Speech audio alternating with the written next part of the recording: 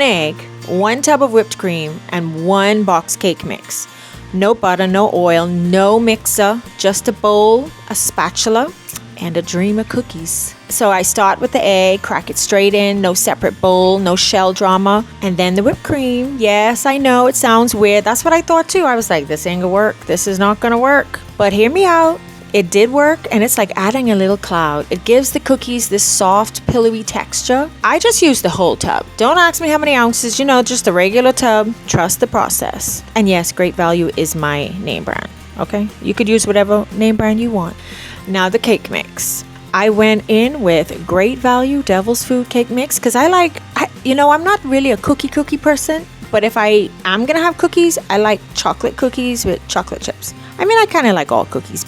And here we go, the scraping. Yeah, I know, I have a scraping problem. It's in every video. I scrape like I'm trying to mine for gold, like the bowl owes me money. I can't stop. I won't stop.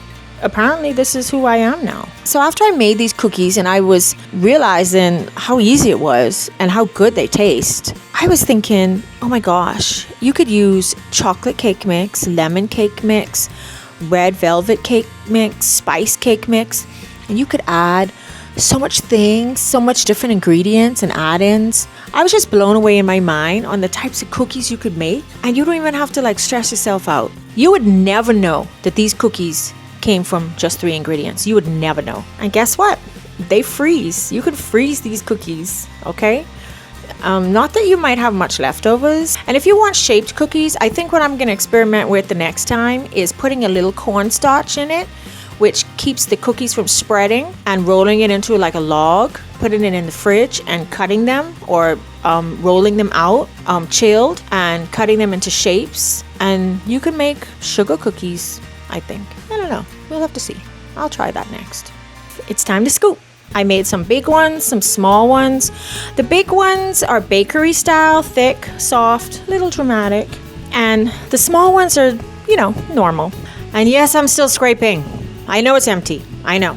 But I need to get every last bit. I couldn't remember in the videos what they said to set the oven to. So I just set it at 350 for about 10 to 12 minutes for the small ones, a little longer for the bigger ones. And let me tell you, the kitchen smelt like a bake sale in heaven.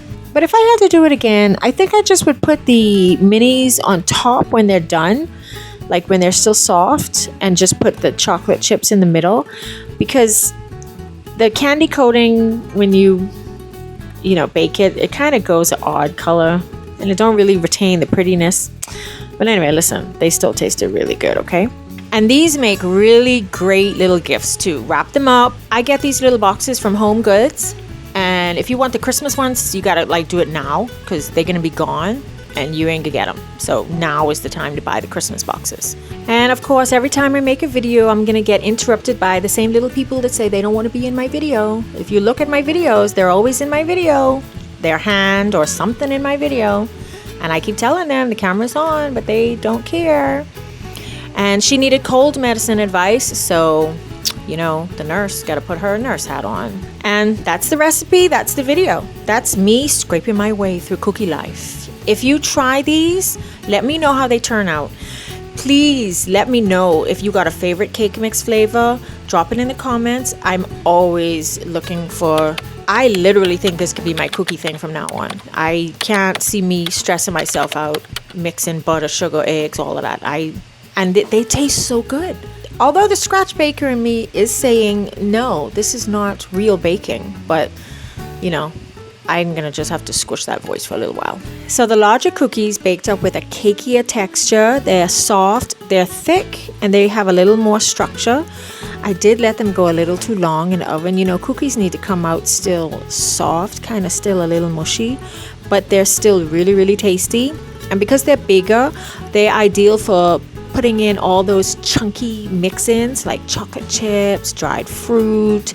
You could even do a fruit cake, mixture, like your soaked fruits, a swirl of peanut butter. I don't like peanut butter, but you could do it. Some Nutella. Oh gosh, there's so much stuff you could put in here. Coconuts. You could put compotes, like fruit compotes, and swirl them in. Ooh, the ideas, man. So subscribe, hit that bell. Don't miss the next video. Don't miss my past videos. I got more ideas coming, all a little weird maybe, but they're all very doable. So give them a watch. Let me know your favorite. You two picked one and I picked one. So you gotta watch two so you can let me know which one you like the best.